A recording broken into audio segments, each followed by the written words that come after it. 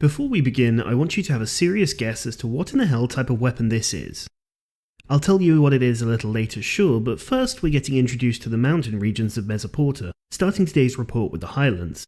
Sheer cliff faces, wild thunderstorms and the threat of falling rocks, it's definitely the type of dangerous locale to attract Zenith monsters, and we're checking out our first today.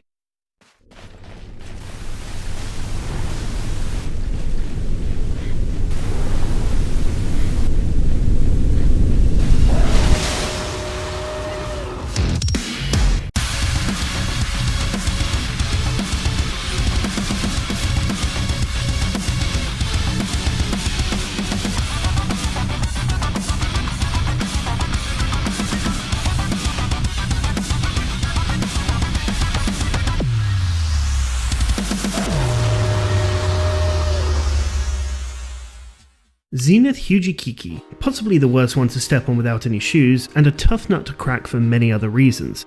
It's a pseudo-wyvern, that is a flying wyvern that typically moves and fights in a quadrupedal stance, much like Barioth or Tigrax, so we could expect fast acrobatics at the very least. The Zenith itself is an impressive sight. Compared to the base species, the fur is noticeably more vibrant, a shade of yellow that's almost gold, compared to the muted tan of the original, and the stubble has blossomed into a wicked mantle of spikes. This guy clearly walked so Ruin and Gigante could stumble over and fall over screaming. It's obvious that this array of needles is the Zenith part in question, specifically the back region. This means that the hit zone extends all the way across the back and even to the base of the tail, so you'll need some large weapons or good positioning to get enough hits in for your part breaks. Of course, these spines are more than just part breaks, they'll also be thrown at Mach 5 directly towards your sternum for the course of the fight. Hyuji is savage with these things, spinning and twisting around to throw them huge distances and absolutely litters the battlefield with them. The range on this thing is obscene, and whilst running laterally can help in evading the spines a lot, that's only the tip of the iceberg. You see, they stick around on the floor for a while, a wonderful display of the hateful dynamic that is area denial. Most of the time you could expect a monster that uses this would be better off without it. Shigaro with RNG mines, Kushala with the tornadoes, and now this guy. If you wander into the spike fields, you take damage, get inflicted with the bleed status, and a secret third thing.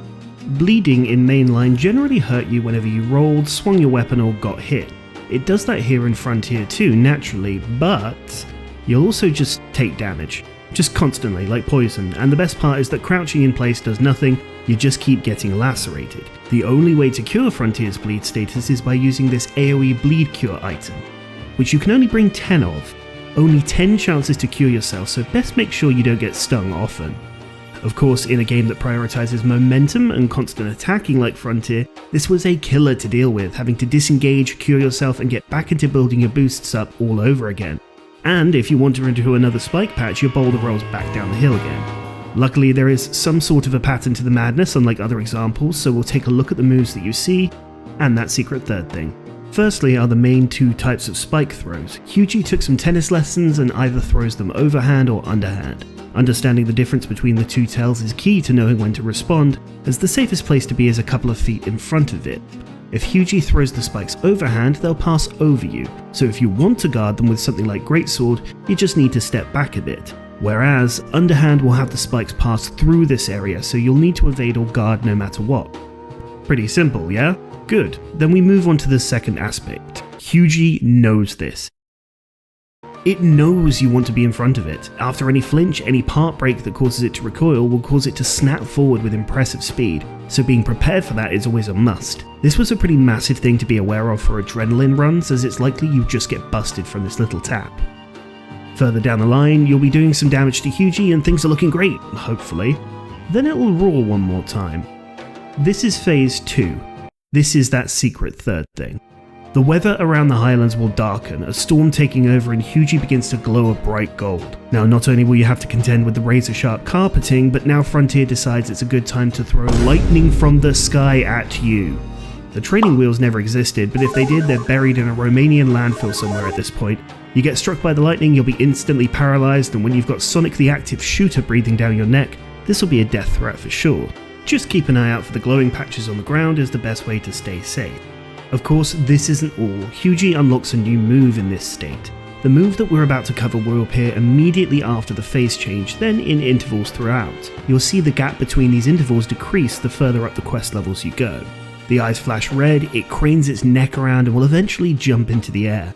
What follows is a giant spear crashing down onto you from orbit, pinning you to the ground and immediately attracting a lightning bolt to finish you off, should you be able to roll out in time. It is a visceral animation, watching your hunter get impaled and fried in the space of a second, and of course a big move you want to avoid.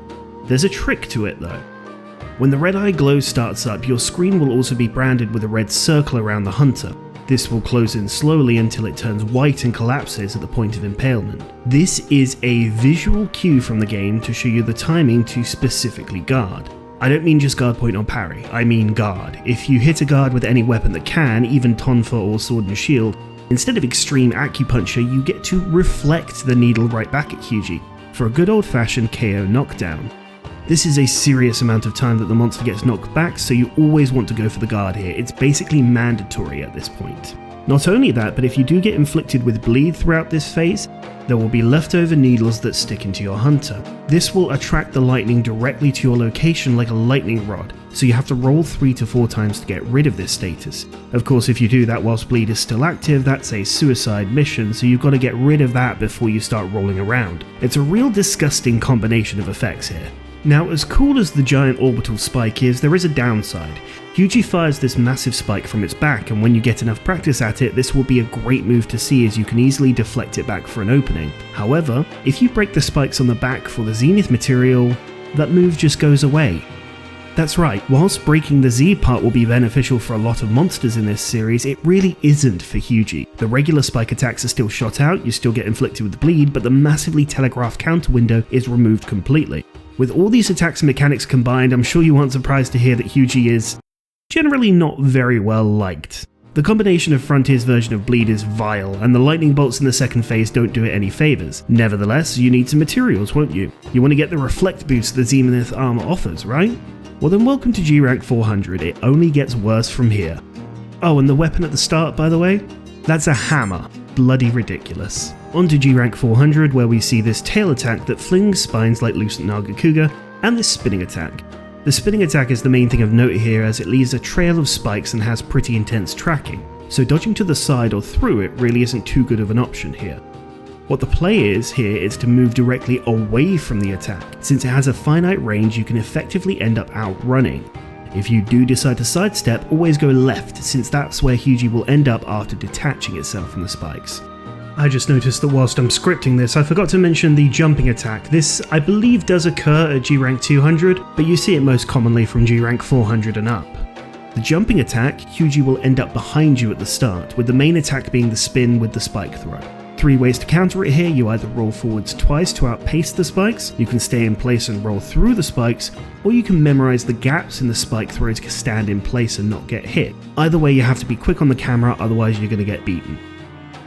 We return to a standard when we move up to G rank 600 here, no significant change but stats. As I mentioned, however, the Hyuji gear is notable for its focus on the reflect skill, where a guard point will issue a huge burst of damage when timed right. It was pretty hard to slot in originally, but if you got it up to its max level, this would issue a motion value attack of 92 for each hit of the offending attack. If you want a comparison to mainline, the final hit of the level 3 hammer charge in Monster Hunter Worlds is 85 motion value. So with this activating every guard point, you can imagine how stupid this could snowball. On to G rank 800 now, and we get one new move. Alongside the sheer frequency that these orbital needles get thrown out in the fight, you also have to deal with the double spin. Guarding weapons should take care with this attack to only commit their parry to the second spin, as there's a bit of backwards movement to Hyuji at the start, and you may end up stuck in a spike pit for your crimes. This is another war of attrition. Bleed is everywhere in this fight, and you've got to hope that you reflect every spike that you can before you get shredded to ribbons. It's a brutal fight that will have you constantly on your toes, cursing the name of whatever fetid bastard at Capcom HQ decided the spikes needed to stick around for that long, and why in the hell you have to deal with a thunderstorm at the same time. Prevail through all that, and you can be proud to know you've beaten one of the most unfriendly Zeniths of the lot. Of course, Tonfa is also good here since you don't need to worry about touching the ground, but really you've got to be exposed to this sort of suffering to appreciate what made Hyuji so gut-wrenching. Our greeting to the mountains wasn't a pleasant one. Will it get better? Guess you'll have to see our report next week to find out. Hope you enjoyed the report on Zenith Hyujikiki. Cera out.